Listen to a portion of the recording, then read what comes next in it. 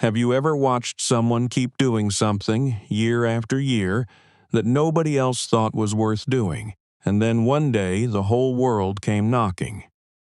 Let me tell you about Theo Brassard. Not the Theo who showed up at town council meetings or the one whose name appeared in the local paper.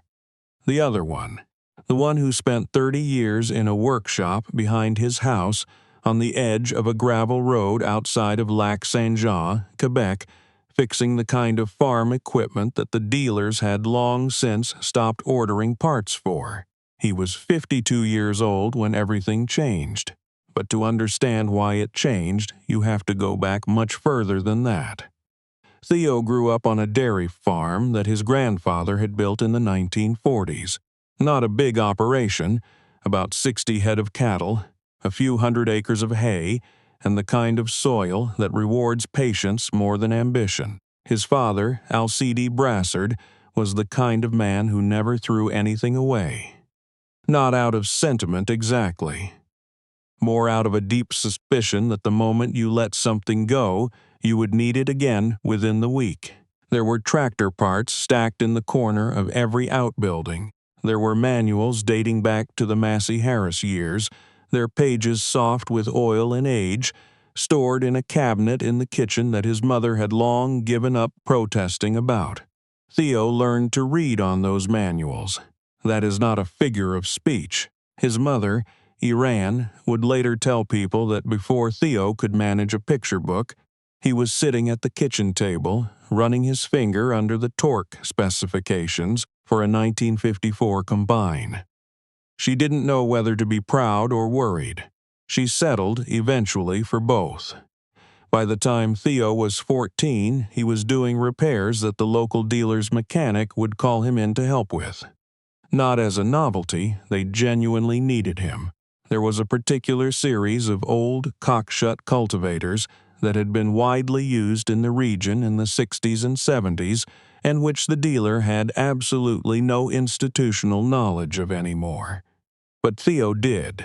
He had grown up dismantling and reassembling one of them in the barn the way other boys took apart bicycles. He didn't go to agricultural college. He considered it, briefly, but the idea of sitting in a classroom learning about systems he already understood felt like moving backwards. Instead, he stayed on the farm, and he opened a small repair shop in the building that had once been used to store feed. He had one hydraulic lift, a decent set of hand tools, and a workbench that had been his grandfather's. He charged fair prices. He showed up when he said he would. He didn't talk much, but when he did, he was right. And slowly, without any particular drama, farmers started bringing him things that no one else would touch. Not the new equipment. There were certified dealers for that. What Theo started seeing year after year were the machines that had fallen out of the system entirely. Equipment from the 60s and 70s that was still mechanically sound but had become invisible to the commercial parts network. A man would come in with a baler that had seized up, and the dealer would tell him the parts were obsolete, discontinued, no longer supported, so the man would load it back on his trailer and drive it to Theo. This happened once, then it happened again, then it kept happening. For about a decade, Theo was handling this work the same way most small-town mechanics handle it, through salvage yards, through personal contacts, through a network of people who had kept things in their sheds. He had a notebook, not a computer, in which he tracked every part he had sourced and every machine he had worked on. It was a spiral-bound notebook, the kind you buy at a pharmacy for $2. He filled 3 of them in the first 10 years. Then, in the early 90s, something shifted. There was a parts distributor out of Trois-Rivières, a company called Pellerin & Fills that had been operating since the 50s, that had quietly become the last reliable source for a specific range of vintage agricultural components in Quebec. They stocked things that no one else stocked: gaskets, gear sets, hydraulic cylinders for equipment that the original manufacturers had stopped supporting before most of Theo's customers had finished high school. If you needed a particular seal kit for a vintage hay mower, you called Pellerin. If you needed a specific linkage pin for an old potato harvester, you called Pellerin. Theo had been calling Pellerin for 15 years. He knew the order desk by first name. He knew which parts were running low because the man he spoke to, a fellow named Gilles who had been there since before Theo was born, would mention it in passing. "I've got 2 of those left," Gilles would say. "Might want to take both." Theo usually did. And then, in the fall of 2001, Gilles stopped answering the phone, not immediately. The first few calls just went to a voicemail that said to call back during business hours. Theo assumed it was staffing. Farms don't have predictable hours, and he often called in the early morning or late at night. He left messages. He waited. He called again.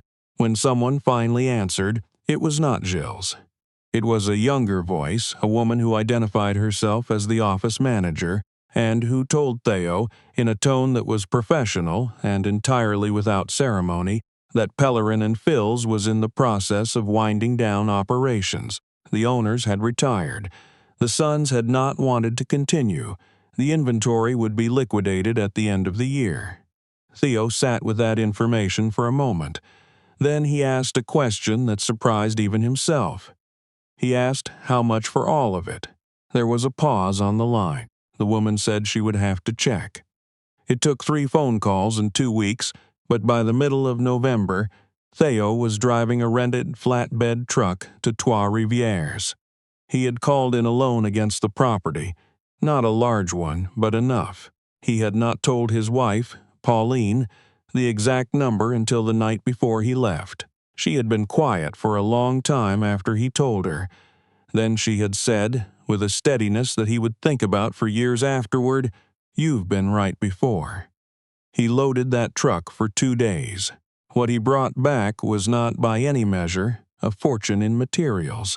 It was crates of old gaskets, bins of hardware sorted by a system that only Gilles had fully understood, hydraulic components wrapped in brown paper and labeled in handwriting that had faded to near illegibility.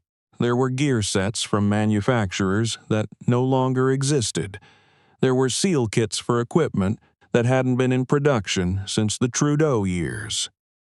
There were parts whose purpose Theo couldn't immediately identify, which he set aside in a corner of his shop with the intention of figuring out later. He spent the better part of a winter cataloging it all, and then he waited. Not passively.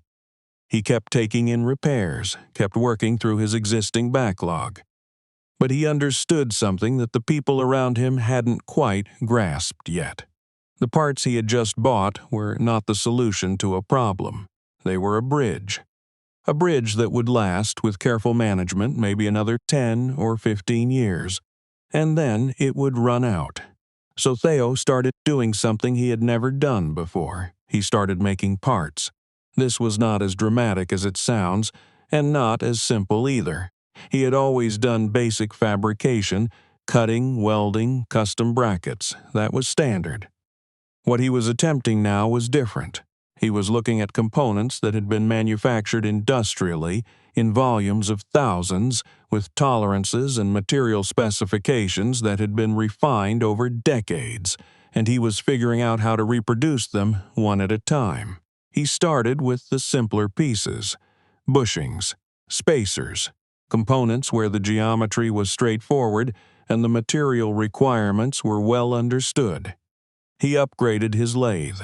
He took a course at the Cégep in Chicoutimi on precision machining. He was the oldest student in the room by about 20 years, which he regarded as neither an advantage nor a disadvantage, simply a fact.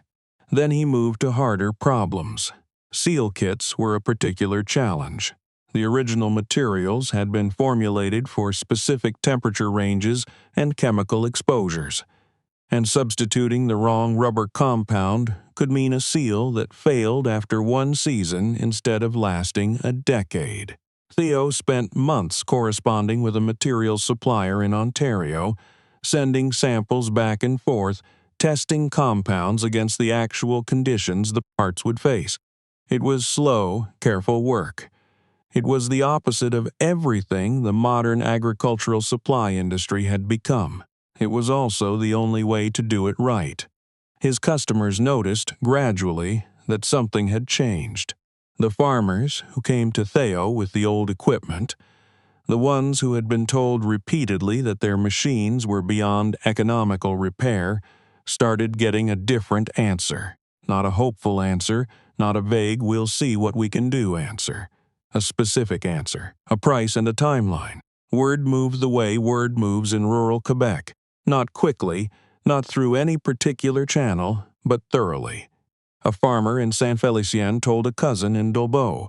A man who'd grown up in the region but moved his operation out toward the Ontario border came back 3 hours specifically because someone at a machinery auction had mentioned Theo's name. And then something Theo had not anticipated began to happen. Other shops started calling him. Not customers, mechanics. Dealers who had taken in old equipment on trade and had no idea what to do with it. Independent repair shops that had run into the same wall Theo had hit years ago, the wall where the part simply didn't exist anymore. They had heard, through the same slow network that everything in that world traveled through, that there was a man outside of Lac Saint Jean who could sometimes source and sometimes make components that had fallen out of the supply chain entirely. The first time Theo got a call from a shop in New Brunswick, he thought it was a mistake. The second time, he thought it was a coincidence. By the fifth time, he understood it was something else. He was not, he realized, just a local mechanic anymore.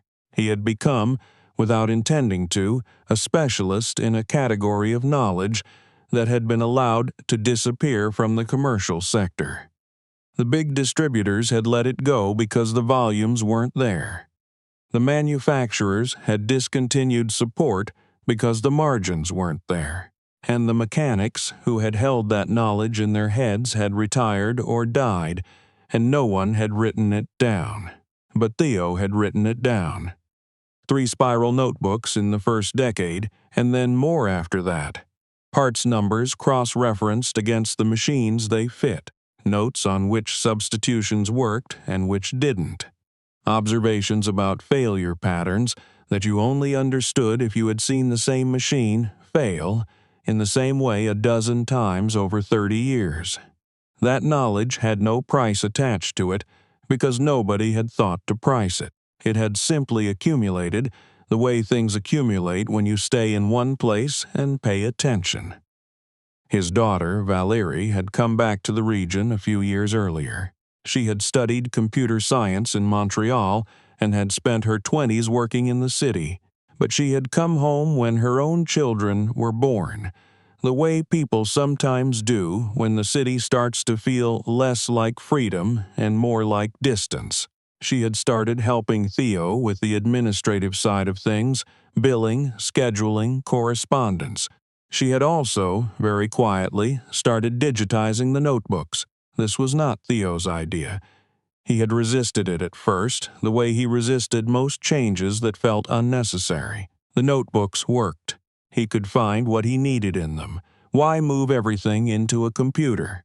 Valérie had not argued with him. She had simply kept going, one page at a time, in the evenings after the shop closed. It took her nearly 2 years. And when she was done, something that had lived entirely inside her father's head and inside 3 decades of handwritten notes existed, for the first time, in a form that could be searched.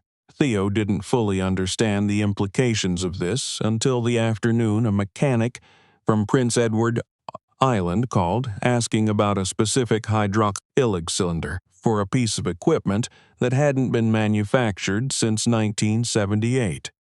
In the old way of things, Theo would have put the phone down, walked to his shelving, spent 20 minutes cross-referencing through the notebooks, and come back with an answer. Instead, Valérie typed the equipment model and the part specification into her database, and in under a minute, she had not only confirmed that Theo had the part, but identified 3 alternative components that would also work.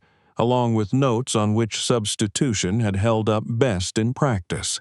The mechanic on the other end of the line was quiet for a moment. "How do you know all that?" he asked. Valerie looked across the shop at her father, who was elbow-deep in a disassembled baler and had apparently not heard the question. "He's been paying attention for 30 years, she said. "That is not a small thing. It is easy to underestimate because it doesn't look like anything from the outside." From the outside, Theo's operation had always looked like a slightly overstuffed rural repair shop with an inventory that would take a long time to clean up. It did not look like expertise. It did not look like infrastructure. It looked, honestly, like the kind of place that would probably close when the old man retired. But that is exactly the misunderstanding that lets these things happen. The knowledge doesn't announce itself.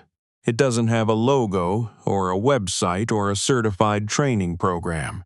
It lives in the notebooks and in the muscle memory and in the particular way a man tilts his head when he hears an engine turn over.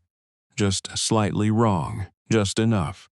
By the time Theo was in his late 50s, the shop had become something neither he nor anyone else would have predicted. He had 3 part-time employees. He had suppliers in 4 provinces and 2 states who had learned to call him when they ran into something they couldn't identify. He had a small but consistent business supplying fabricated components to repair shops across the country. Not mass production, nothing remotely resembling a factory, but a steady stream of carefully made, individually sourced parts going out the door every week. And he had something else too. Something harder to quantify. He had standing. Not celebrity, not fame in any conventional sense, but among the people who worked with old agricultural equipment, a specific aging, quietly passionate group of people scattered across the country. The name Brassard meant something. It meant that if you had a problem nobody else could solve, there was a place you could call. The call Theo had not expected came on a Thursday afternoon in late October, when the maples along his fence line had gone from orange to a deep, saturated red that he had always thought was the best color in the world. It was a woman named Sylviane Away, who represented a small museum of agricultural history in Manitoba. They were restoring a collection of vintage harvesting equipment, pieces that had been donated over the years but had sat in storage, too deteriorated to display. Several of the machines needed components that didn't exist anywhere in the commercial supply chain. The museum had been trying to locate sources for 2 years. Someone had given them Theo's number. He talked with Sylviane for 40 minutes. He told her what he had, what he could make, and what he couldn't do. He gave her honest timelines and realistic prices. He told her there were 2 components he had never worked on before and would need time to research. She said that was fine. She said that was more information than anyone else had given her in 2 years of asking. When he hung up, Valerie looked over from her desk. "New client?" "Museum," Theo said. He was quiet for a moment, looking at the shelf of notebooks against the far wall. "They want to preserve the machines." Valerie didn't say anything immediately.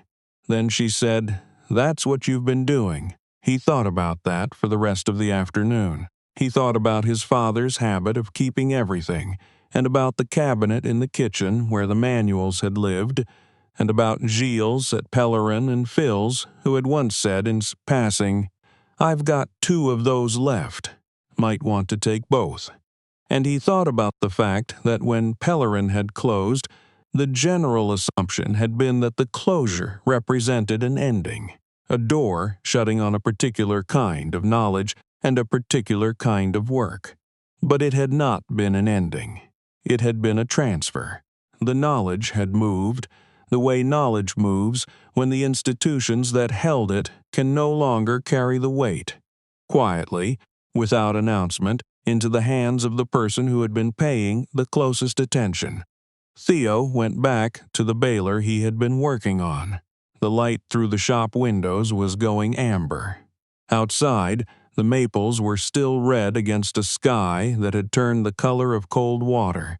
He picked up his wrench and he went back to work. That is what 30 years of staying in one place, paying attention, and writing things down looks like. Not a triumph, exactly. Not a story with a villain and a victory. Just a man who understood something that the world had briefly forgotten and who was still there when the world needed to remember it.